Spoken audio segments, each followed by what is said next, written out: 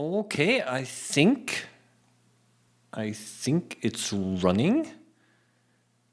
Let me check. Yes. Okay. Hi everyone. Hello and welcome to another Saturday live stream. Microbehunter here. And today I'd like to talk a little bit about DNA. And I'm also going to try to do a little DNA extraction. And yeah, we're going to see how far we're going to get and if it's going to work out. So it's going to be a little bit of some simple laboratory work.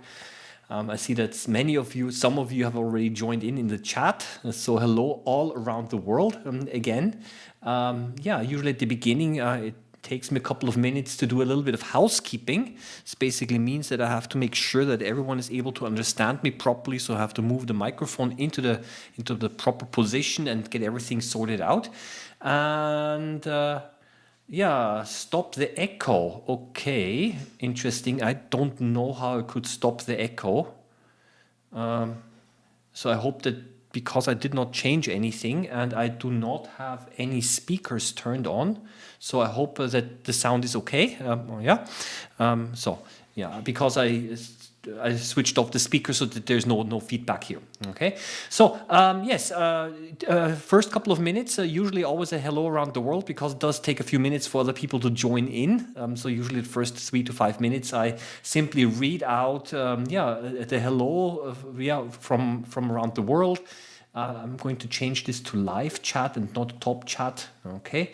Yeah, so from Illinois, okay, from Vietnam, from Knoxville, Tennessee, and there is already a comment here that somebody got the DSLR camera working, and some mosquito larvae, yes, and hello from Belgium, from Lebanon, from Rhode Island, okay, Canada.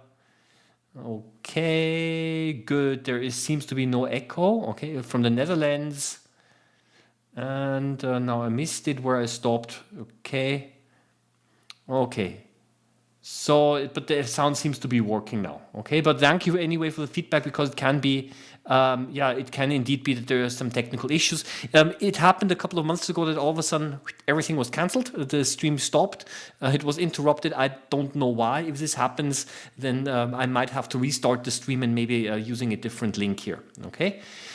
So if you're new to this format, then please do feel free to ask microscopy-related questions. Even if they're slightly off-topic, I will try to answer them. And if they're totally off-topic, I might not answer them. And then I will usually go back always to the things that to the main topic here. So what I would like to do is the following today. I want to talk a little bit about DNA. And I named the name of this live stream kind of like the biggest mystery of biology. And well, DNA as such is not a huge mystery. It's been known, DNA structure has been known since the 1950s, but there are a couple of ideas that I would like to share with you that I consider very fascinating and where I think that we are not going to find an easy answer soon. And because this is a microscopy-related channel, I would like to, of course, also share with you some things live under the microscope here. And before I do a little bit of DNA extraction, I would like to simply show you now this slide over here. On the side, you always can see basically the microscope up here, and then on the other side over here is basically what you're able to see. And I also have an arrow over here. And this here is the cross-section of a plant, okay, of what is it? Of a lily, a lily flower, and it's a stained commercially prepared slide. And what we see over here is those pink circles that you see here. These are of course the nuclei which contain the DNA. The DNA is the genetic material. And on the outside here, very fine, you might see those fine lines. These are the cell walls, kind of separating the individual cells from each other. So over here, maybe you can see it a little bit better, right? Over here, on the side is the cell wall over here. And then in the middle over here, you have a nucleus, right? So basically, in most cases, you have one nucleus per cell. Why do I say most cases? Because during cell division at the end, there can be 2 nuclei. So, and it's been stained, commercially stained, and the red pinkish color that you see, I suppose is the dye called carmine, which is a very popular stain to stain DNA. That does not say on the slide, but I think this is the stain that was used. And then over here, you see that there are some interesting structures here, those little lines over here, especially down here. Okay, and these are chromosomes. Okay, so for those of you, I do not want to go into too much biological detail here, but those 2 cells here are in cell division in anaphase, if you've heard about those. And this is those little lines here, these are the chromosomes. So that is basically the DNA, which is packaged and condensed. And what I would like to do today is I would like to show you a technique of actually getting the DNA out of my own cheek cells. And maybe some of you have already seen a video that I made some years ago now, where I basically showed you how to do that. But today in this live stream, I would like to do it again, and I would like to take a little bit more time in doing that, and also, of course, answer a few questions, right? So DNA evidently is pretty important, and we're going to see if this works, and then hopefully also be able to put it under the microscope. Yeah. So what I'm going to do now is, as always, I'm going to answer some of the questions here. I'm trying to hunt tardigrades. Jesse is saying this. My mouse with small amounts of water in a jar overnight gets overrun with bacteria. How to solve this? Honestly, bacteria are not a good sign. And on the other hand, I'm kind of surprised because overnight, this is not enough time for bacteria really to multiply a lot.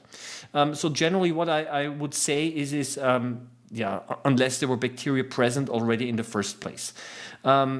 So I don't know if these are indeed bacteria or some other kind of debris, but if there are a lot of bacteria present in the moss, then this is actually a sign that the sample is already decomposing, and that's probably not a good specimen. You need some kind of fresh moss. I mean, there's some bacteria will always be present. I mean, they're just a normal part of our environment. But if it is really overrun with them, then I think the moss might already be decomposing, right? So this, I'd have to see the specimen a little bit, but yeah, too many bacteria, not a good sign. Okay. By the way, if you want to post a question to me in the chat, please indicate an @Microbehunter. Okay, so this is a little bit the thing, and now I would like to talk a little bit of theory before I jump into the practical part. Okay, a little bit of biology it has to be. Now I can actually show you a little bit around here. The question is now does the following, and yeah, maybe this here is not such a good specimen, but yeah, look, if you look over here, you're going to I bumped again into it. If you look over here, you're going to see that there are, so I increased the contrast. It's a little bit darker now, but the contrast is not better. You're able to see something quite, thing here. Here you've got a nucleus, of course, over here as well. But you see that some cells seem to be, empty. They seem to not have a nucleus. Well, they still have one, but this has to do something with the way that the specimen was prepared. Because if you take a very thin cross section, the action might be that the nucleus is either above or below, and it was simply removed in the processing. Yeah? So this is simply an artifact. So these cells also have a nucleus, but we just don't see it because during the processing it was removed. Yeah? Because the cell is actually a three-dimensional, has a volume, and if you're kind of taking it from the section from above or below the nucleus, then you're not able to see it. Yeah? So this is simply a thing here. Yeah, again, Jesse's asking about the tardigrades. Generally, my experience is if the moss sample is right, then it's pretty easy to find tardigrades. So then sometimes there are plenty of them in there. If you don't find any, there is probably no point in continuing to look for them. Then it's simply a bad moss sample, and the moss can be very different from each other. So this is something I just want to say. It's not worth looking for tardigrades. If you've not found one after 5 or 10 minutes in the sample, then probably there are not many of them present, right? So, and what I want to mention here is the following. This here, you see that, sometimes the cells are a little bit more dense, sometimes less dense. And the question that I have now is how is it possible that even though all of those cells of an organism, they have the same DNA, because they all originated from the one original cell, fertilize the egg cell, and then it divides until you have an adult organism. And so even though all of the cells have the same DNA, so basically my skin cells have the same DNA as my nerve cells, as I don't know, just as the other cells, even though they have the same DNA, how can it be possible that the cells are still so different from each other? Okay, so this is a process called cell differentiation. It's so, and that's something that I would like to talk about here. Okay, so and what I would like to do now is I would simply like to show you now a little bit of how I do a DNA extraction, and later on I'm going to talk a little bit more about how this this whole process of cell differentiation and DNA. Okay, so let me do the following. Let me just show you the desk view again. Every now and then I'm going back to the to the questions here. So what I'm going to do is I'm going to try to extract my DNA from my own cheek cells, and and I'm going to also try to put the DNA under the microscope. Now I have to give you a little bit of a disclaimer here. The actual DNA is going to be too thin to be seen under the microscope, because the DNA is only, I don't know, it is very thin, right? So if we're able to see some string-like structures, then these are probably multiple DNA strands clustered together, right? So we're going to be able to, let's hope that we're able to see that. If I'm not successful, again a disclaimer, if I'm not successful, then I would like to simply refer you to the video that I made before, but actually it should work. I mean, yeah. So what I have got over here is some regular table salt. And I've got a little bit of regular tap water. So that's basically what I'm going to do. Okay. And I'm going to now dissolve the salt, and I'm going to use this salt water to rinse out my mouth.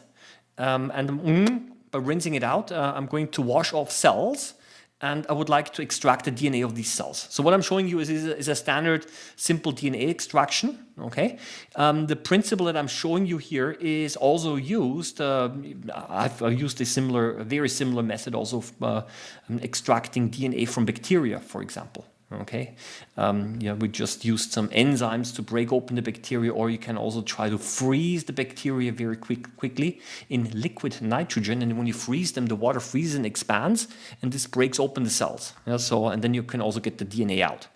So what I'm going to do first is I'm just going to dissolve the salt a little bit, and in the meantime I'm going to read some of the questions again. Phytoplankton, okay. I'm seeing tiny black dots and lines, some wiggle and some don't, all moving around though. Looks like bacteria that Olga has mentioned in the videos before. Tiny objects moving around can also be due to Brownian motion, but if the movement is somewhat directional, then this can of course be bacteria, and chances are very high, of course, that you're able to see bacteria, okay, when you observe a moss sample, of course. So this is... I do want to get most of the salt actually dissolved here. The thing is the following, that the salt water is basically necessary because this kind of makes sure it stabilizes the cells osmotically. Okay, I've just estimated the salt concentration. Probably it also works without salt water, but the salt water is then later also important because the DNA, when it's extracted, it dissolves very well in salt water. So what I'm going to do now is I'm going to take a small zip of this here, and I'm going to go like this, and I'm going to try to fill it into this test tube, maybe so much. Okay, so that's kind of, or this much, right? So that's kind of the idea. So you have to now bear with me. This is now the fun part. Just a second.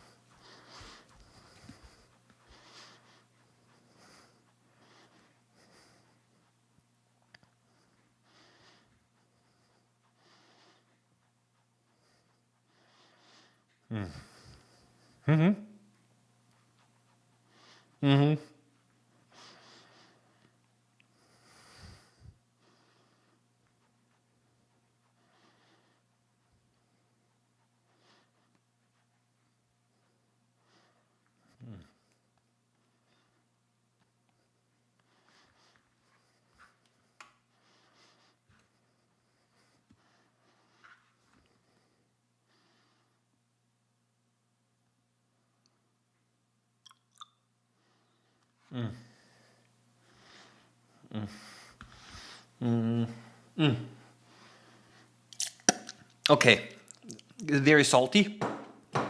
Okay, so I basically rinsed my mouth now for 30 seconds in the salt water. So you can see that it's not clear anymore. It's kind of cloudy, and that's because there's suspended particles in here. Most of the things here are cells. Okay, so that's kind of it looks good, right?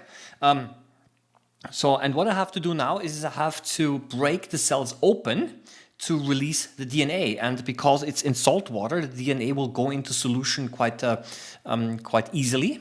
Okay, so I would like to do that. Now, how do you break the cells open? It's a surprisingly simple thing. You add just a drop of dishwashing detergent. Okay, so this is you can see this over here. A drop is enough. Okay, I think that's enough. Okay, up. Soap bubbles. And now what's important is the following: you have to carefully mix it. So if you shake it too vigorously, then you are also breaking the DNA.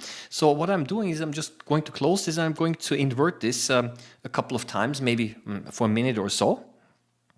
Okay, and the detergent, the dishwashing solution will now do the following: it will dissolve the cell membranes. And it will therefore release the DNA and whatever is in the cell. Okay, so we do this very carefully, and I've once actually done this too aggressively, and then I didn't get any decent result. Yeah, so probably what I would do now is I would probably leave it for maybe a minute or so like this, and allow the dishwashing solution to do its job. Okay, and then we're already almost finished. So the cells ideally have now broken open, or some of them at least, and have released the cell's contents into the salt water, and the DNA dissolves quite well in the salt water. So this is kind of the idea. Okay, so let's see if this works. So some time ago I actually tried to shake it very much, and I did not get any result. So this is a little bit of thing, and and I know it's a microscopy channel, so I will try to put it also under the microscope. Okay, and what I'm going to do next is I'm going to try to get the DNA out. And now this is where the actually interesting part starts. What you need is you need concentrated alcohol, ethanol, rubbing alcohol. I've got a bottle in here. And what you have to do now is you have to carefully add alcohol until it forms a layer on top of this water DNA soap mixture. Okay, so I want to layer it on top, and I do that by carefully letting the alcohol run along the side of the test tube. And what this does is the following: the DNA dissolves very well in the salt water, but as soon as it becomes into contact with a hydrophobic or more hydrophobic alcohol, it will start to precipitate right at the edge here. Okay, where the alcohol touches the liquid, the salt water. This is where we should see some string-like structures of DNA. Okay, this is kind of the idea, right? And normally it works, and this is a little bit like I'm a little bit nervous. I hope it works. Okay, and so I'm going to now try to carefully layer. I can't get it. Okay, I'm going to try to carefully layer now the alcohol. And it doesn't work because the tube doesn't go all the way to the bottom. Okay. Yeah, here we go. It requires patience. Okay.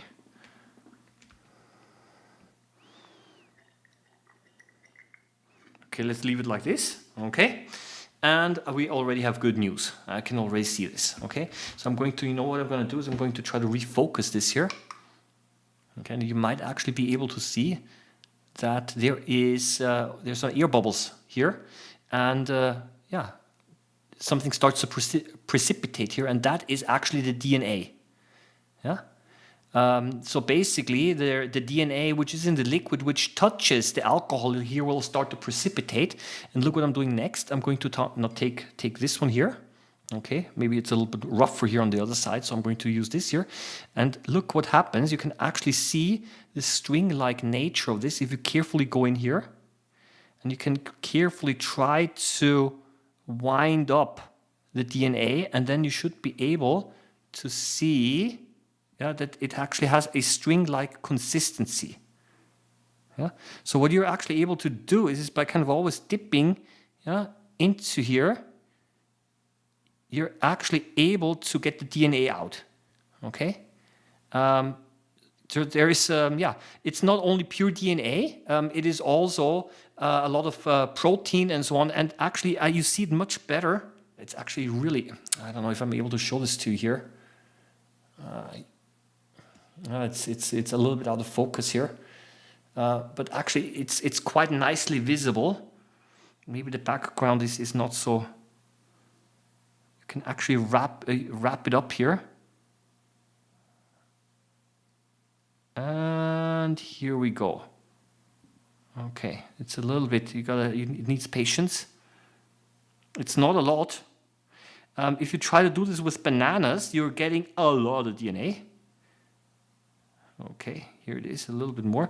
And what I'm going to try to do now is I'm going to put this into here. Okay, I'm going to now try to put this under the microscope. I know that this is not an ideal, it's not an ideal specimen in the sense that the contrast is very low, but maybe we're still able to see something. Of course, there's plenty of alcohol here as well. And you know what, I'm going to still put a cover glass on top. And honestly, I'm a little bit nervous if this actually works, because whether we're able to see something depends quite a bit on how good the quality of this is. So, here we go. And I'm going to put it now under the microscope, just a second.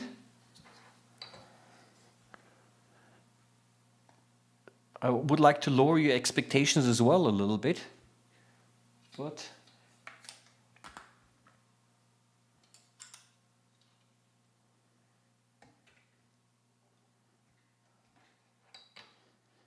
okay, just a second.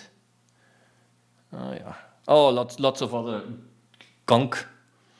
Bad specimen. I already see that.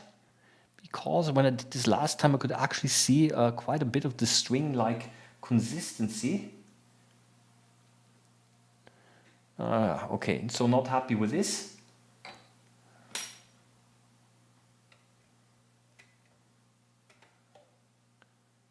So, and we ignore all of the other things here because it's dirt and so on.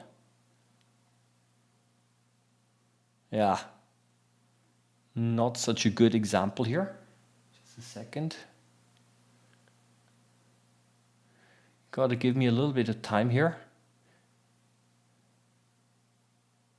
These are, of course, some bubbles floating around. Now, the DNA itself is, of course, extremely thin. It's not a question, but I've seen already in the past, that's nothing here, right? That sometimes you could indeed see that some DNA strings that essentially showed quite well that there are quite long DNA strings present. Well, not happy with this, okay? I'll be honest with you, which is a little bit of a pity because it seems to be some kind of a demonstration effect. I'm going to now do the following. I'm going to go in here. Now I can't go in with this.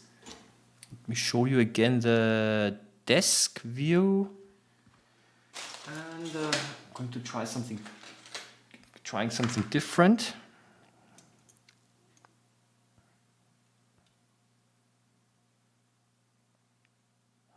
Okay. See, there's quite a plentiful of stuff here.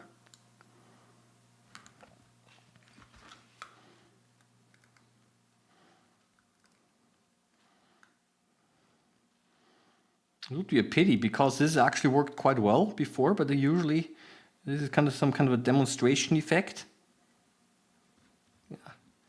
Yeah. Let's look. There is you see it down here. See, there is this string-like consistency that you got here, right? This is not just one DNA strand, obviously, but many of them together because the DNA is, as I mentioned already, quite thin. And let's give this one here a try. Okay, you can actually see there is some kind of a stringy-like consistency here. Let's give this one here a try now. And where is the scope? Here we go.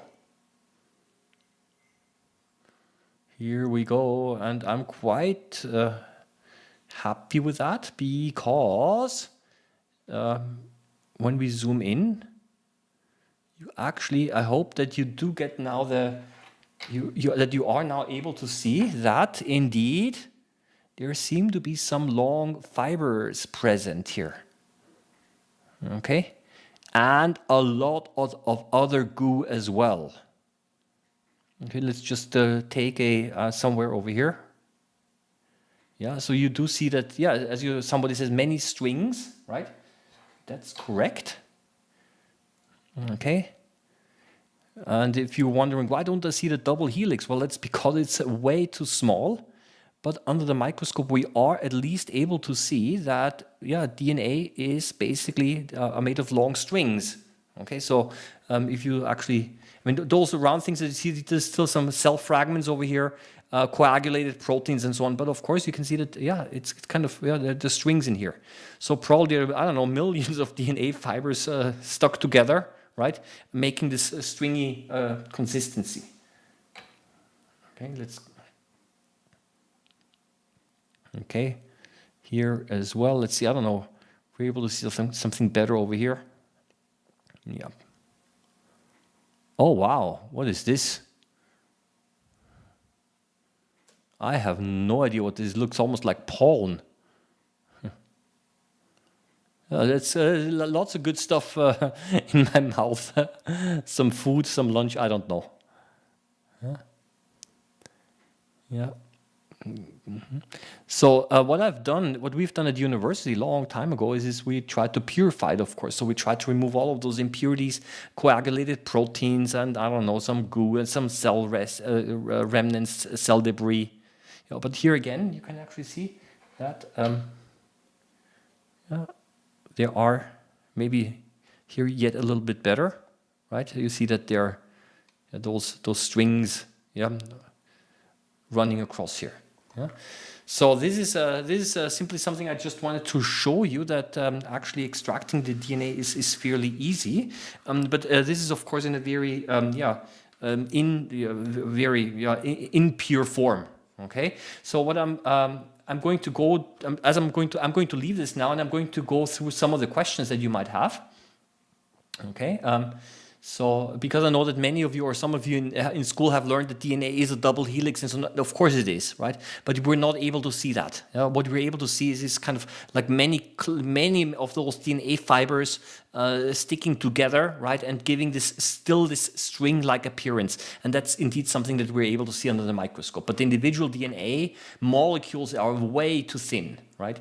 So what I'm going to do is I'm going to go quickly through the thing here. Yeah, haven't seen a Casio watch in years. This watch here, yeah,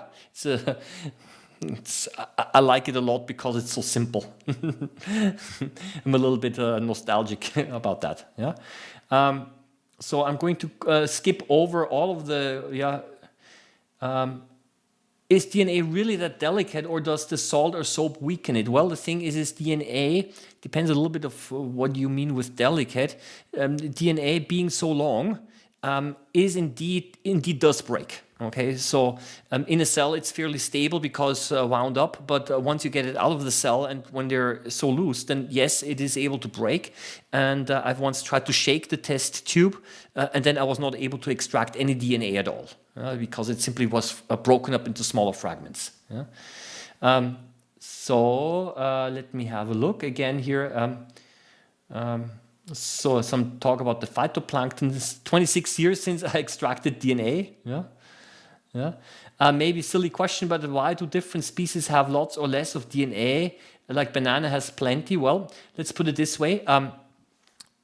Yes, it's correct that different species have more or less DNA. Banana, when I say banana has a lot of DNA, it's because I'm simply able to use more of the banana, right? I've been rinsing my mouth and there are only few cells in there, but if I mix some banana carefully, because otherwise, again, you're ripping up the DNA, then I'm simply able to get out more of the quantity because I'm starting off with more banana material. This is actually what I meant. But it is correct that, for example, one human cell has around 1,000 times more DNA than a bacterial cell. I mean, we humans are also much more complex, obviously. So this is actually indeed also the case. Yeah. However, the amount of DNA that an organism has does not always tell you directly about how complex or advanced an organism is. So, for example, even though we have from the DNA length around 1,000 times longer DNA per cell, right, than a bacterium, it's still like this, that approximately 90% of the DNA is referred to as so-called junk DNA, which apparently, according to current knowledge, doesn't do anything. Yeah. So there are reasons why this also exists. It has to do with regulating the speed of cell division and so on. But the amount of DNA does not tell you automatically something about the complexity of the organism. I just wanted to say this as well, right? But yeah. So do all living things have DNA? Short answer, yes. Yes. Yes. If not, what are some examples of living things that do not have DNA? No, doesn't exist. Some viruses, they're considered non-living. Some viruses have RNA, which is similar to DNA, right? But all living things have DNA. We have not found one living thing yet without DNA. Well, okay. Let me qualify this now that we talk about this. I give you some highly specific examples here. For example, our red blood cells that we have, they have lost their nucleus. They have lost the DNA because the space is used to pack it full with hemoglobin, right? But still, per definition, well, I don't know, should you consider now red blood cells living or not? It's a little bit of a philosophical question. But there are indeed cells in nature that have lost the DNA because the cell is specialized to do certain things. But once it's lost the DNA, it cannot reproduce anymore. So it's a little bit a question of should you still consider it living or not, right? So this is a little bit, I would say maybe more a question of definition then I would say, yeah. But when things reproduce and so on, then they have to have DNA. Yeah. I have heard from an article about DNA extraction from strawberries from Queensland University that the salt can help separate proteins from the DNA. Yeah, that's also possible. A good point. Thank you. Certain proteins are hydrophobic, and when they're hydrophobic, they do not go into solution quite as well. Yeah, so this is, and because DNA is very hydrophilic, basically it likes to dissolve in salt water. Yeah. I also heard that there is DNA that is used for different coding. Not sure. Yes, well, it depends what you mean with that exactly. Yeah, but it is correct that the DNA actually contains the genetic code. Yeah. Can the DNA in your sample be colored with carmine too? Oh, I don't have carmine stain now, but that would be an interesting one. Thank you for the recommendation, but I've not. You know what I could try? I could try to stain it with methylene blue. Just give me a second. So what? I don't know. I've never tried this. Okay. So what I've got here is this is methylene blue solution. It's called Löffler solution. And I have to be really careful that I'm not going to get anything on my microscope objective here. But I'm going to try the following. I'm going to use my pipette. So I'm just adjusting the volume of the pipette now. And I'm just going to show you what I'm doing. Let's see if I'm able to kind of stain it also with, because methylene blue also likes to stain. Methylene blue also likes to stain DNA. So let's see if this actually, what's going to happen. I think I've never tried this before, really. So here I got some methylene blue here now in the tip of the pipette. And let's try to go in here again. And I'm going to now directly apply it here. And let's see what happens. Patience is needed. Patience, patience, patience. So let capillary action do the rest. And let's see. I'm going to go down with the magnification. And let's see what we have here. This is where we're actually already able to see the... Let's go down yet further with the magnification. So I have to find it again. There's some bubble.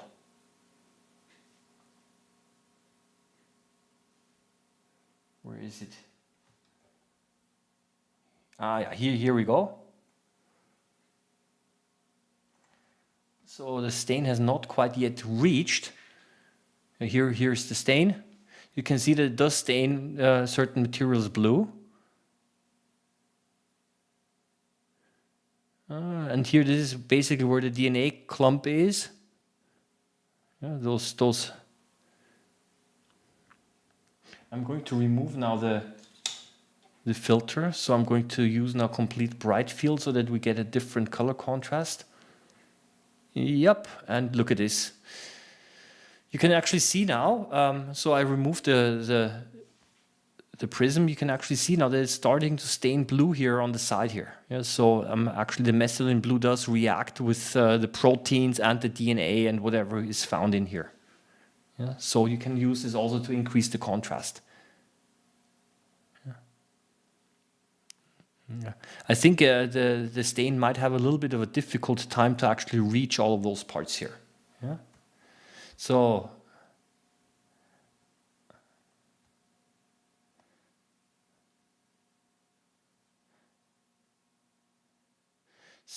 the question is now, I have a Casio watch just like that one too, and the question is a virus a microbe? And it will be good, that's a good one. Because it depends again on the definition a little bit. The word microbe is a short form for microorganism. Yeah? And an organism is a living thing.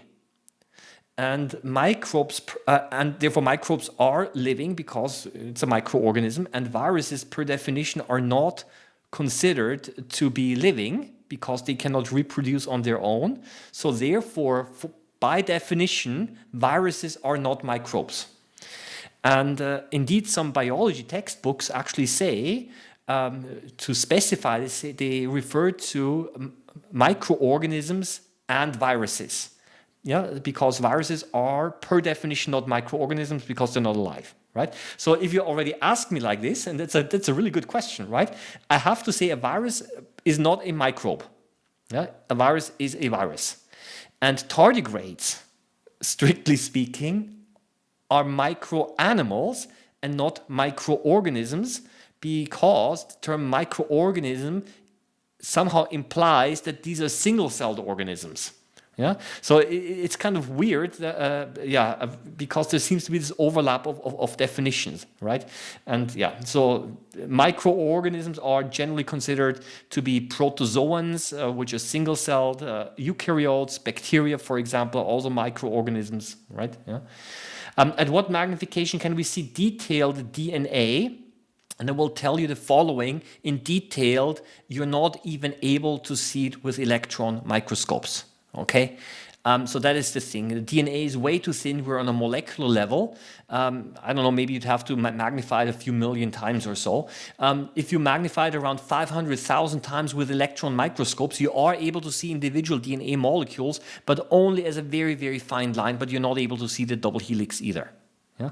So the actual structure of DNA was uncovered not by microscopy, but by chemical measurements and physical measurements. Yeah.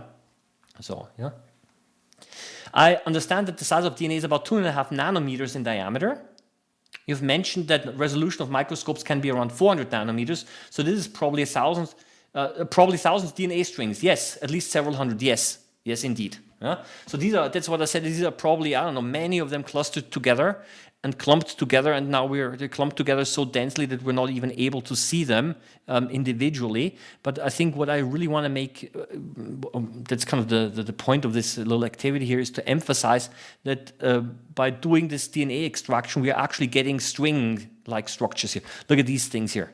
These are just dust fibers and, I don't know, some other stuff in my mouth. So lots of contaminants here as well. Yeah, but it's very clearly visible that there is some, it's a pretty long structure. As a matter of fact, the DNA in one of our cells is around 2.5 meters. Yeah, so, and it's difficult to imagine that so much DNA actually fits into one cell, and this is only possible because the DNA is so extremely thin. Yeah. So that is, so let's go down here again.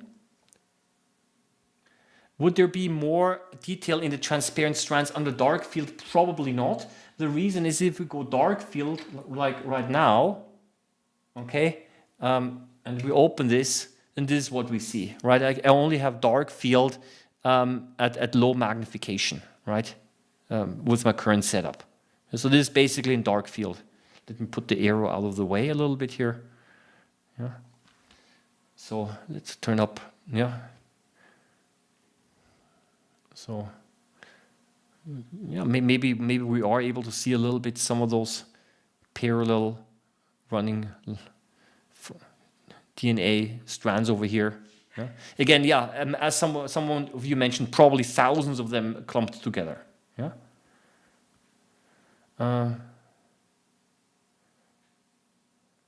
Plants often have multiple copies. Yes, that's correct. They're polyploid, as we call it. Personally, I consider crystals to be alive, but they don't have DNA. They can have elemental structure. I think of them as similar. Well, again, here I have to say it's whatever definition of life you take, right? Strictly speaking, crystals do not meet all of the criteria of life, and therefore by definition they're not alive, but I do understand that people use the word alive also in different contexts. Yeah, so this is a little bit the thing. I mean, for example, an interesting point is the following. Back in the day, 19th century, when scientists first started to discover that living things are made of cells, they were of course wondering, where do all of those cells come from? Okay, and so it's and cell division as such was then also later on discovered, but the question was really where are cells able to form out of non-living material? This was kind of the question. Now we know the cells can only form from cells, but at that time, back in the 19th century, even the scientists who discovered the cells and the cell theory, even some of them thought that actually cells are able to appear just like crystals. Yeah, so this is kind of the closest that they could get. This is, they saw those regular structures under the microscope, and they said, these are cells, they kind of appear to be like crystals, regular shaped like crystals, right? So and crystals can appear in solution even when there were no crystals before. So this is why they kind of made this link between cells and crystals, right? So if we go back into the 19th century, indeed there was this connection here. So a microscopy question here. I got the Swift 380T and was wondering, are there any modifications I can do with my microscope other than dark field and blue filter? Great videos, by the way. I will be very honest with you. The modifications that you can make to any microscope is generally limited. Okay, and I know that there are many people out there, I myself included, who like to tweak on the microscopes and would like to improve on it. And there's some tinkering going on. And in the field of astronomy, making your own telescope is quite a popular thing. Amateur telescope making, they call it, but in microscopy this is rather limited because the optics are very advanced. There's practically no possibility for you to make your own optics or to tweak much around it. So my suggestion is the following. If you want to kind of keep yourself a little bit motivated in microscopy, instead of tweaking around the microscope and trying to make improvements there, where the possibilities are very limited, I would suggest that you try to find other how do you say, areas, maybe slide making, collecting antique slides, and so on. Yeah, so, and you just leave the microscope as it is, right? Or you make some kind of photography or videos or things like that. But actually tweaking a microscope and improving on it beyond some basic filters generally is not easily possible. And even with the more advanced microscopes, which are more modular, even there, if you want to improve on it, generally, or in many cases, you have to you go back to that, what the company is able to offer. Okay, so it's only relative. The possibilities to expand on microscopes is kind of limited. So my suggestion is use also, or try to experiment also around with the other things that you can do: slide making, photography, collecting antique slides, whatever. Going out into nature, collecting, I don't know, samples, and so on. Yeah, so that's kind of my recommendation. Yeah. Yeah, if you can do any more, if you really wanna improve, what you can do is you can make dark field patch stops, obviously, and you can try to make a separate patch stop for every objective to get the maximum out of it. So that would be a possibility as well. Yeah, I know sometimes those dark field filters. It's kind of one filter for I don't know, 3 objectives or so. That's possible, but if you really want to, let's say, go to the limits of what's possible, then make one for each objective separately, because to make sure that because each objective will then have its own filter for the maximum brightness of the specimen and the maximum darkness of the background. And so this is also possible here. Lots of experimentation can be here. Yeah. Yeah. So. Yeah, okay, over here it says here, crystals are, under quotation marks, born suddenly with no control over the creation from the spontaneous event. They grow, consume, adapt, reproduce, and eventually die, so I call them alive. Well, yeah, they do not have their own metabolism, okay, that's, and that would be, per definition, one of the important criteria, yeah. So, my channel is the best in the world, thank you very much, I feel very honored, okay. Yeah, that's actually a good point. You can buy a 20 times objective microscope upgrade, right? And replace the 100 times oil objective with a dry 60. Yes, that would be a possibility. I personally consider a 20 times objective very practical, especially if you want to observe water life. Yeah, so, yeah. AI mapping of epigenetics. I am not quite sure what you mean. You mean AI processing or AI analysis of epigenetic markers? So you have to be, I'm not quite into that topic, so I need to have a little more information here. Right? When you buy an electron microscope, it's only 5 million. Yeah, the cost of an electron microscope is extremely high, obviously. But I would say that that's the least problem. You need a whole lab simply to prepare the specimen. Yeah, and what I heard is that simply getting a specimen ready for electron microscopy can take several days. It has to be completely dehydrated.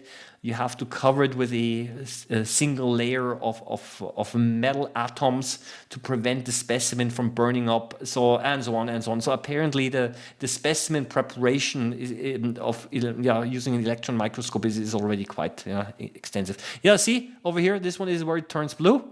This is basically where it kind of shows that the material has absorbed the methylene blue, and that's why it's become a little bit more blue. Yeah. So when extracting DNA at home like this, should the dishwashing fluid be colorless? I think it doesn't matter, because you're only using a drop anyway. So if it is stained and colored, then it won't make a huge difference. Yeah. I've used different types already, and it always worked. The question is what was the first form of life? That's also one of those big questions in biology. Yeah? How did life emerge? Yeah? I would recommend returning the 380T and get an AMSCO or OMAX or similar. The 380T condenser isn't aligned correctly. So this is a common thing that I've heard, that sometimes the condenser is not aligned. You can easily align it yourself. There on the bottom of the stage, there are 3 screws. So hexagonal wrenches you have to use, and you can loosen them. And it's designed in such a way that you're able to move the condenser around and to center it. Yeah, so it is centrable. and it only takes a couple of minutes, and you can do that. It's made in such a way that you can actually move it around because the holes in the condenser are a little bit larger to give you a little bit of flexibility for moving around. And so it is possible to do that.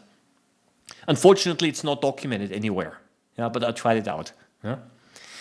I could make a dark field filters that work with the 40 infinity objectives. I tried with my 100 times oil objective, but it didn't work. Maybe I should print more different filters and try again. I will tell you the following. With a 100 times oil objective, just like with the 40 times, the central black disc in the dark field filter has to be fairly large. And with 100 times oil, you already have very little light. And then if you add a large dark field patch stop, you have even less light. Okay, so this basically means that even though it would kind of theoretically work, practically it doesn't because you're blocking out too much light. Yeah, so this is why I suggest dark field only works up to maximum if maybe 40 times, and at 40 times it's already quite dark. Yeah. Yeah, they don't seem to know what a condenser is. Okay, that's kind of fun. Okay, yeah. Sometimes they're just reselling the microscopes. A fluorescent microscope also bright field normal. Are fluorescent microscopes also bright field normal microscopes, or is a different lamp needed? No, you'd need a different lamp. So this is another thing. And fluorescent microscopes is that's an entirely different topic. You're using ultraviolet light. And this ultraviolet light comes from the top. So this basically means that there are essentially either from the top or, and it's like this, that there are those objectives that allow the ultraviolet light to actually go through the objective itself, okay, from the top onto the specimen.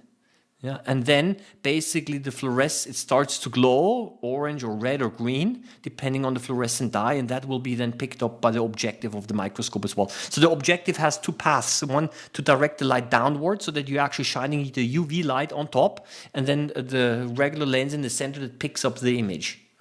So fluorescent microscopes can be quite elaborate. There are some workaround tricks as well, especially if you, for example, have a halogen microscope, a very powerful halogen microscope. For those, they have much more blue light in the spectrum, and if you use a strong blue filter, then you can also get something that you call autofluorescence. So it's possible to make some of the chloroplasts also glow red this way. So there are some workarounds as well. But fluorescent microscopy is a huge topic right on itself. Okay. Yeah. So there are again a couple of questions here. Okay, I'm going through the questions here. Oliver, I loosened the hex bolts of my 380T, and there isn't enough slack in the holes. Oh, really? Okay. Another user on Reddit has the same issue with me. We are both returning ours and buying different scopes. Yeah. Okay, this is a little bit of a surprise to me. Yeah, it's a little bit unfortunate. Generally, I would say that if the condenser is not entirely centered, it shouldn't be a huge problem, but still centering a condenser should be something that's possible. Okay, so another question. Okay, I mixed it. I think evolution is a characteristic of life too, right? Yes, it's one of the. I mean, there are several characteristics of life. For example, reproduction, growth, metabolism is very important. Homeostasis means the maintaining of constant internal conditions is very important. Nutrition is very important. Energy consumption is important, right? The ability to adapt to environmental changes is important. The possibility to evolve. So there is a whole list of multiple characteristics, and if you do research, you're going to see that some different authors some say only 6 of them are important, others say 8 of them are important, right? Some go into more detail. They include even DNA, for example. Yeah, others don't. So this is what the case is that essentially one of the characteristics that is considered to be absolutely essential is metabolism, which are chemical reactions. Yeah. Would you recommend buying Reinberg filters for $50 or anywhere that you would recommend purchasing the Reinberg filters? And I do not recommend the purchasing of Reinberg filters, not because they are bad or anything like that, but maybe because they do not fit to your microscope. That is a little bit the problem that I see, right? So if they work, if they have the correct diameter, then everything's great. But it could be that maybe they don't fit. Okay, so this is simply a certain risk that you have to take. It is an interesting definition. Is DNA and evolution required for life? Could a mind on a chip be a robot be alive? Okay, because you're so interested about life, then let's pull out and DNA. I will talk a little bit more about the DNA then later on, but because you are interested, I would like to show you something here. Because what a nice thing. We already talked about my watch here. Look at this guy. Okay, and I will now make the case, the following. Look, it's moving, right? Do you see the seconds over here? Huh? I'm in Central Europe right now, so it's 10:30 in Central Europe. It's moving, just like living things. They move. Look, if I want to push the button, yeah, you see this? It responds, yeah. If I push the other button over here, maybe you can actually see that there's a lamp. Yeah, you don't see it. There's a lamp going on, right? So it responds. It responds to the environment, just like living things do. It needs energy, battery, just like living things do, right? You see? Do you actually see where I'm getting to? Yeah. It uses an energy source, just like living things. In the battery, you have chemical reactions going on. In living cells, you also have chemical reactions going on. Sure, you wouldn't call this metabolism, right? But where's the cutoff point? Yeah? So you see what I mean? Could you now make a case that my watch is kind of alive because it has several characteristics of life? And how many characteristics of life do you actually need for something to be considered alive? Right? So you see a little bit that therefore some philosophers and biologists actually say that life cannot be defined because we are considered ourselves to be alive, and by defining what life is, you would kind of define yourself, and you're not allowed to define yourself in philosophies. It would be called a tautology, and that's philosophically not allowed. You can only describe what life is, right? But yeah, I think from our everyday context, we would probably say a stopwatch is not alive. So I'm asking back, well, how many characteristics of life do you actually need? Yeah, for it to be considered alive, right? So you see, so it's a question of a little bit of a cutoff thing here, right? So let me quickly, here's the DNA again. Let me quickly go through some of the questions here, and then I would like to go back a little bit and show you a couple of cells. Yeah, the whole universe is full of life. Well, up to this point, we only know that there is life on planet Earth, and you always have to add life as we know it. Okay, life as we know it. Maybe there's some interesting stuff out there in the universe that is quite interesting as well. Yeah, but the question is it alive? How similar does it have to be with us for it to be considered alive? Yeah. I can top oblique light with infrared torch, and if I have the fluorescent optics but not the original light source, can I top oblique light with infrared torch? What you could try to do, I guess it is a question of fluorescent microscopy. What you could try to do is you can try to take a UV torch, a UV flashlight, and shine the light on top. So that's something that you might want to do, but I just want to make you aware that the fluorescence might be quite weak. Yeah? So did you see my epigenetics explanation? No, I did not see it. Maybe I skipped over it. Yeah.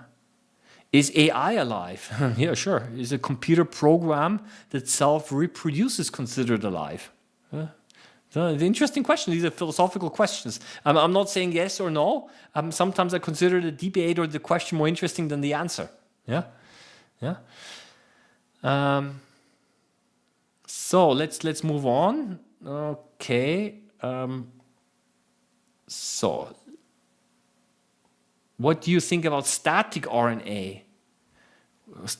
I know about RNA, which has also enzymatic activity. Yeah, which basically self-reproducing RNA, which is a possible precursor, of living things, are self reproducing molecules. Yeah.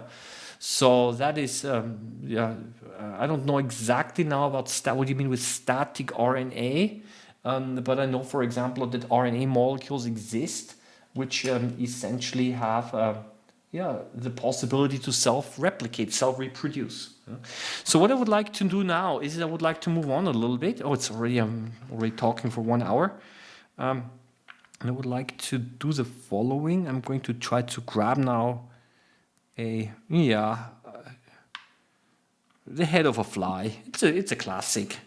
I would like to talk a little bit about that, because as a matter of fact, I promised to talk about DNA and the importance of DNA and the big mystery that I would like to have answered in biology, which basically I have not found an answer yet. Maybe there is no answer. So that's basically, I'm just going to use this. Yeah, maybe a bad example because that's only the exoskeleton. Yeah, but essentially, I think you get the idea. The head is the head of a fly. It's too dark. Okay. It's a pretty complex structure, right? And we humans, for example, are made of around, 30 trillion cells, estimate. 30 trillion, 30 times 10 to the power of 12 cells. You can calculate that. If you know the size, the mass of a cell, you just divide the mass of a human body divided by the mass of one cell, and you have kind of an estimate here. But the really interesting thing, and this is where I would like to, the point that I would like to share with you, and this kind of causes some headache with me, is the following. We humans, just like this fly, we started off as one egg cell, a fertilized egg cell, right? So if we go back many years, it's at the womb of my mother. I was one egg cell, a fertilized one, with a unique DNA, and then the cell started to divide. And then there were 2 cells, 4, doubling 8, doubling 16, 32 exponential growth. You get the idea. And then after a couple of divisions, what happened is that essentially the cells started to become different from each other. The different cell types started to form. So at the beginning, you only had one type of cell, an embryo, looked all symmetrical and the same from all sides. Let's say a ball of 16 or 32 cells, right? And then with further divisions, a head started to develop on one side, and the body organs started to develop, and the cells became different from each other. They started to specialize. And how this happens, how the cells start to specialize, actually is understood in principle. Basically what happens is, even though those cells have the same DNA, this is actually now the important part now, the cells switch on certain parts of their DNA and switch off other parts of the DNA. So to give you an example, my skin, for example, has also the DNA on how to digest food, right? But it doesn't need that DNA because the stomach needs it and the digestive system needs that. But my skin doesn't need that DNA, so it's still there, but it's switched off. Yeah, and to make certain, let's say, digestive enzymes. Yeah, and the question is now is how do you switch on and how do you switch off the DNA? Well, this is determined by certain chemicals, which are sometimes released also by the neighboring cells. So it's kind of like a neighboring cell releases certain chemicals to tell the other cell next to it to switch on certain DNA regions and switch off certain other DNA regions. Yeah, and then it starts to form into a different cell, and then again new chemicals are produced. So it's kind of this information is kind of passed on, from cell to cell, and then you have the different cells developing, and then you have an adult with a couple of hundred different cell types. So this is kind of what happens, and this is called the gene expression, and it's how this is done on a molecular level is kind of understood, right? There are certain proteins sitting on the DNA and switching on and off certain regions called the promoter region, and so on. So it's it's molecular biology. So you go to university, this is kind of figured out, right? But this is not the thing that kind of concerns me so much. Just look at the complexity of this fly head here, or the complexity of a full human being. And just to imagine this now, if you just look at me or anyone, if you were to write a manual, a description on to completely describe the functioning and the construction and design of a human being, how the eyes work, how many eyes there are, the distance of the eyes, where hair has to grow, the length, everything, not only anatomically, but also on the way that it functions, right? If you were to write a manual, a kind of a written description on how to construct a living thing like a fly or a human body, I mean, this would be a pretty large and thick manual, right? Huge, right? To fully describe that, yeah. But the DNA is far too short for that. So where is this information? That's kind of the question that I have. In other words, if you look at my DNA, you might determine by analyzing the DNA that I'm a human being, that I'm a male, that maybe even the hair color, and maybe certain other characteristics, but you will not be able to find on the DNA how many eyes there should be, how long the nose should be, that exactly a hair has to grow here and not over here. You will not be able to find this information on the DNA. Because all of these characteristics are so-called emergent properties. They appear as the organism develops. So complexity appears during the development of the organism. So this is kind of the thing that, and I don't know if I'm able to communicate this so easily, and this is the thing that fascinates me, is where is all of this information stored? It's in the DNA, but then at the same time, we cannot find it on the DNA. It's kind of everywhere on the DNA and nowhere at the same time. Yeah. So, and this is a little bit the thing, I think the biggest mystery that I consider in biology is where is all of this information stored? Yeah. And these are referred to as so-called emergent properties in biology and the sciences and so on. These are characteristics that appear because of the interaction of different parts. So essentially, if I were to give you a fertilized egg cell, a cell, and ask you, how does the organism look like at the end? You probably won't be able to tell, because you have to grow the organism first to be able to know that, right?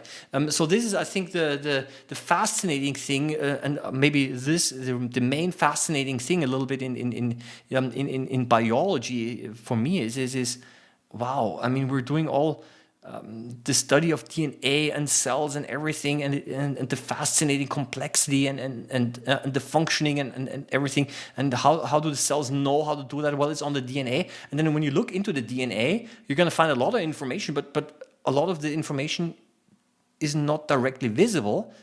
It just kind of the structures and the order appears as the organism grows. Right? And this is just one of the things that I just wanted to kind of share with you, because this is the real thing that kind of fascinates me so immensely. Okay, so I'm just looking here again into the chat. Yeah, here.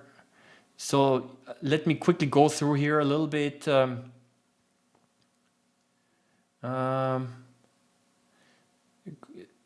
Yeah, it's crazy how complex our life is, yeah? Yeah. Now we're going too far. Yes, we're going far into philosophy, but at the same time, if you start to scratch a little bit the surface of many disciplines, you're very quickly going to reach philosophy, yeah? Yeah, how does a neighboring cell know whether to grow a hair follicle or a skin cell? Yeah, it depends on the chemicals of the surrounding cells. Yeah? So this is the interesting thing here. That's exactly the point, yeah? How does it know where the boundary is? I mean, for example, I just want to give you an example here. Is at the very beginning, when there's a ball of cells, right? Let's say 8 or 16 cells. Everything is symmetrical. You don't know where's the top and bottom, because there is no top and bottom in this early embryo. So how do actually some of the cells know that they have to develop into a head and the other one into, let's say, a tail? How do they know that? Yeah, if everything is symmetrical, right? What causes one cell over here to decide, oh, I'm going to start growing a head? Yeah? And scientists think that even gravity might play a role in this here because gravity is directional. Yeah? And that maybe that this kind of can give a starting point, yeah, that to break this symmetry. Yeah. So just to show you a little bit into what direction is all going. Yeah. There was a theoretical physicist, Lex Friedman, that said that math and language are alive. I think it's time. Yeah. It's a question a little bit again of what you would consider with life. Yeah. Yeah. So. Is it like a mosquito larva that evolves? Oh, talking about mosquito larvae. Okay, I just want to show you something here. Pop. Remember those guys here? They're still alive. Remember them from last week? Yeah. Yeah. It's for me. It's again fascinating the complexity of these animals here. Yeah. And yeah. And all of the behavior and what they're able to do and the fact that they have to metamorphose into adults and all of these things have to be stored on the DNA. But then again, if you look for this information on the DNA, it's kind of difficult to kind of find it. I mean, there's this nice comparison. It's almost like trying to understand the meaning of a book by analyzing the ink in which the book is printed. Can you understand the meaning of a book? The meaning of literature, of a poem, by analyzing the ink, the chemistry of the ink in which the poem is printed. You need the ink to have a poem, okay? Yeah, but it's on a different level. And I think I like to compare it with the DNA as well. We need to understand the DNA, but it's probably not enough to fully understand how the living thing functions, okay? So, DNA showed expression and methylation epigenetic patterns of common chemical groups that attach. So basically epigenetics is that there seems to be inheritance from generation to generation, not only over the DNA, but also how the DNA is chemically modified. So certain characteristics that can be obtained during the life of an organism, so-called acquired characteristics. Some of them apparently can also be passed on, which is it's a fascinating and new area of research. Yeah? So emergent properties will then be a big part in adapting to different environments that decided on the king. Yeah, so that's essentially multicellular organisms generally shows these emergent properties. Yeah? So to give you an example, I mean, we know that we have a memory, we're able to think, but if I analyze the nerve cells of my brain under the microscope, I will not be able to read my thoughts, right? Because it's more than just the nerve cells, it's also how they interact with each other. And that is an emergent property. Yeah. So science at its peak becomes philosophy, and like many disciplines, if you scratch the surface, you're very quickly going to reach certain philosophical questions. I consider those philosophical questions are quite interesting as well. Yeah. The whole issue about intelligent design. The question is there some kind of intelligent design behind the whole thing? Then if you allow for intelligent design, then you have to ask again the same question. I mean, where does this intelligence come from, right? So you kind of keep pushing the limits, and ultimately this way you're just pushing the question out, right? So this is a little bit the thing that So emergent properties are not existent in the DNA. It's just that evolution kind of made these properties existent. No, not necessarily evolution. Simply the development of an organism. So you have a cell with a certain DNA. You don't even need evolution. Evolution goes over a long time, over generations. That's not even what I'm talking about here. You start off one cell, and then out comes an organism, like, I don't know, those mosquito larvae that you see over there, right? And that is essentially a multicellular organism which is now able to swim around and like it's doing right now. And these characteristics you're not able to find in the original DNA. So where is it stored? It kind of appears as the organism is developing. To give you a very traditional example is if you've visited the desert before, you see those beautiful sand dunes, right? Or for example, on a beach, you can see those ripples in the water, in the sand, right? And this is because of the interaction of the sand grains with the water, with the air and the wind. It creates those beautiful ripples, right?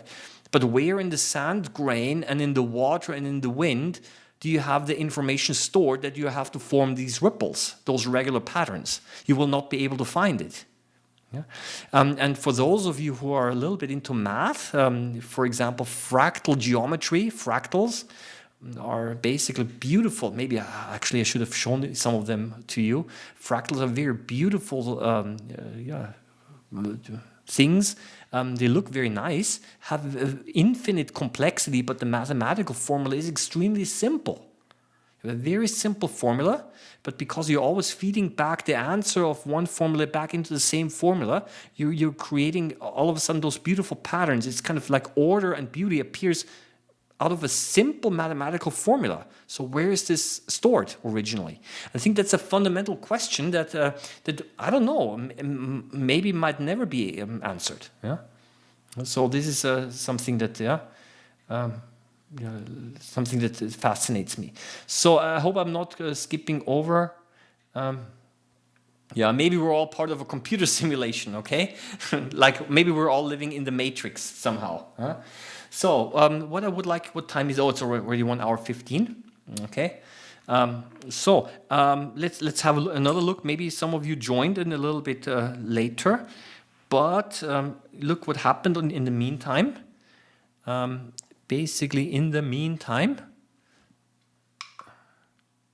the following happened. Yeah, you see, the alcohol and the salt water has already completely mixed. There is a little bit of white stuff still here on the top, which might be a little bit of DNA still. We can try. Yep, I dropped.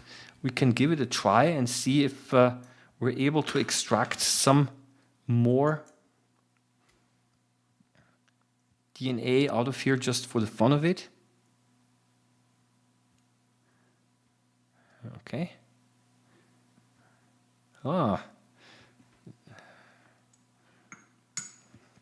Maybe, yeah, you're able to see, like, yeah, it's kind of pulling those strings.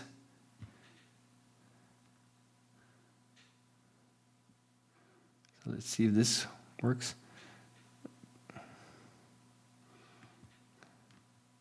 Yeah, let's give this here a try. I don't know. It does look a little bit clumped together. So let's separate this a little bit. It's very sticky. Very sticky. Let's give it a try. It won't look very different than the other one. But that's something that you can easily try out yourself as well. Disadvantage of using your mouth cells is that the concentration is not going to be very high. So you have to be a little bit patient. Now, let's remove the fly again. It's an example of a complex multicellular animal.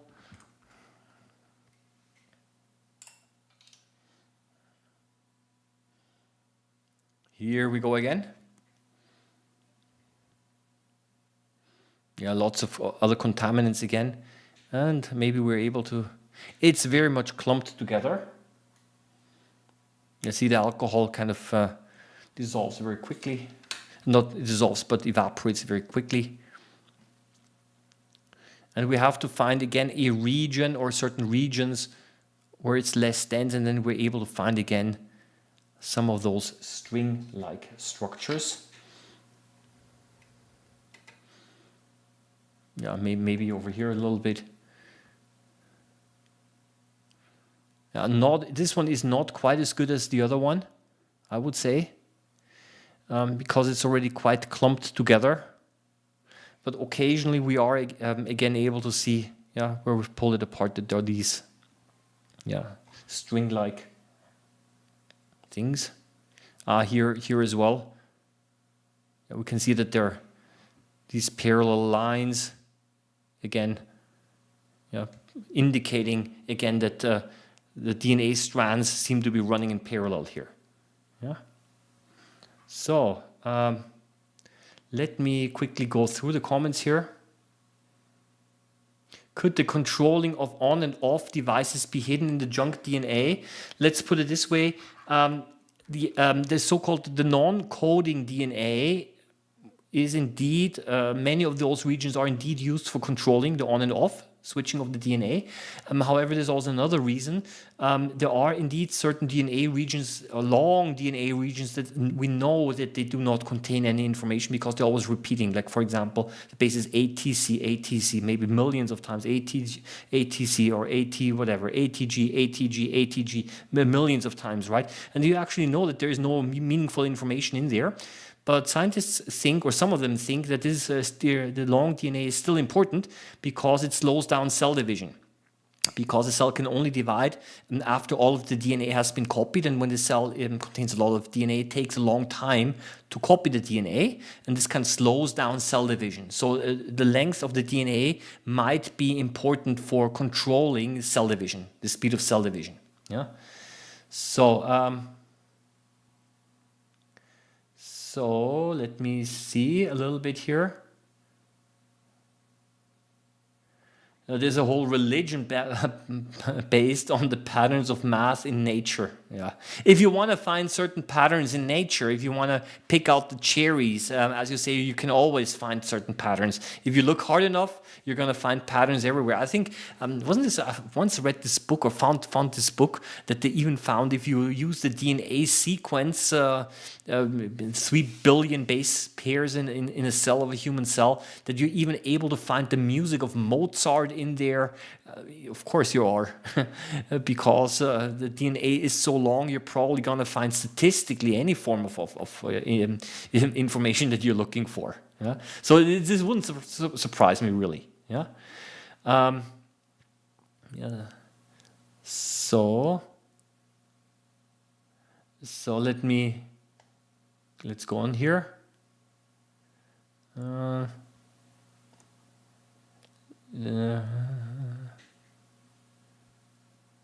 Okay, yeah, some philosophy talk going on here.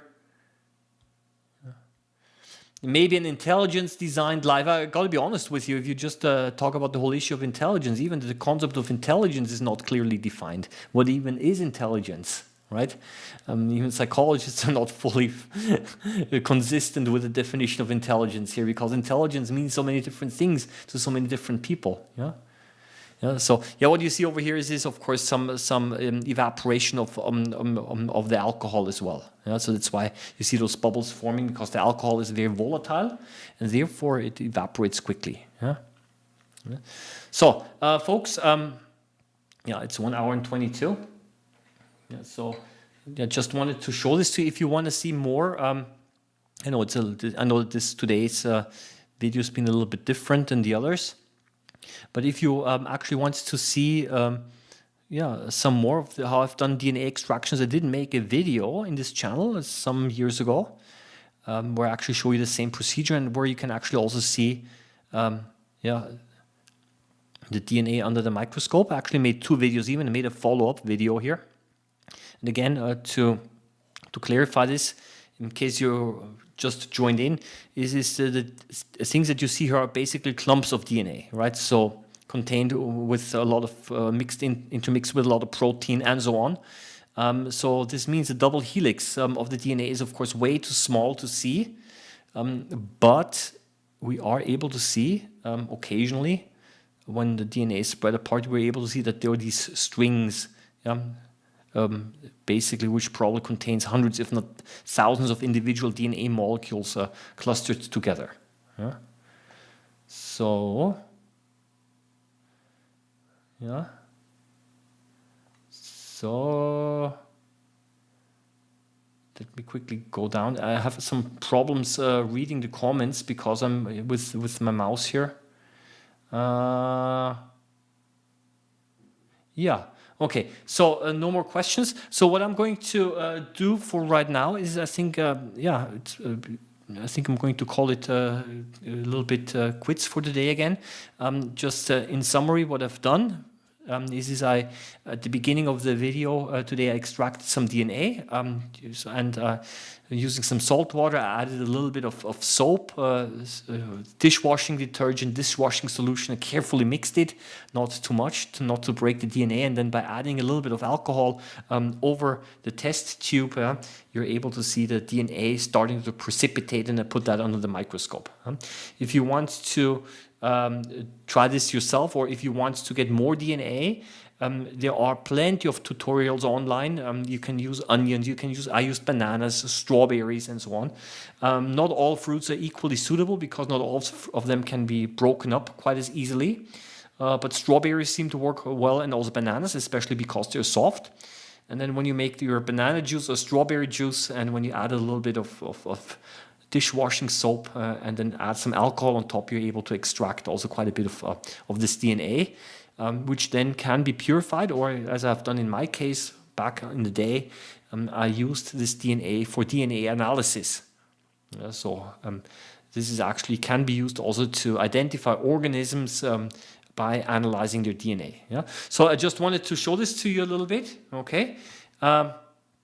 So maybe next episode we can contrast cellular life and nihilism. Okay, okay, yeah, that's quite a topic here as well. Yeah, just how often do you live stream? I do this every Saturday at this time, unless I am occupied with and have a different appointment. But then I will actually post it, and it will be then moved to a Sunday. Okay, but generally it will be a Saturday at this time, and a few hours before the live stream you can actually also see the trailer already with the thumbnail and the topic that I would like to talk about. Generally the topics are quite open and flexible, so as you can see, if you have any questions, sometimes I like to divert a little bit off and sidetrack a little bit, but that's okay, because yeah, I would like to go into communication with the community a little bit here. Yeah, so I'm going to now really leave it at that. It's extremely hot here right now. We've had, I think, the hottest day for a long time now, and I think I'm going to call it quits for today. See you around next time. Keep on checking the channel, because I'm going to upload regular videos, of course, as well. Yeah, happy microbe hunting as always. See you around next time. Hope to see you again next week, and bye bye.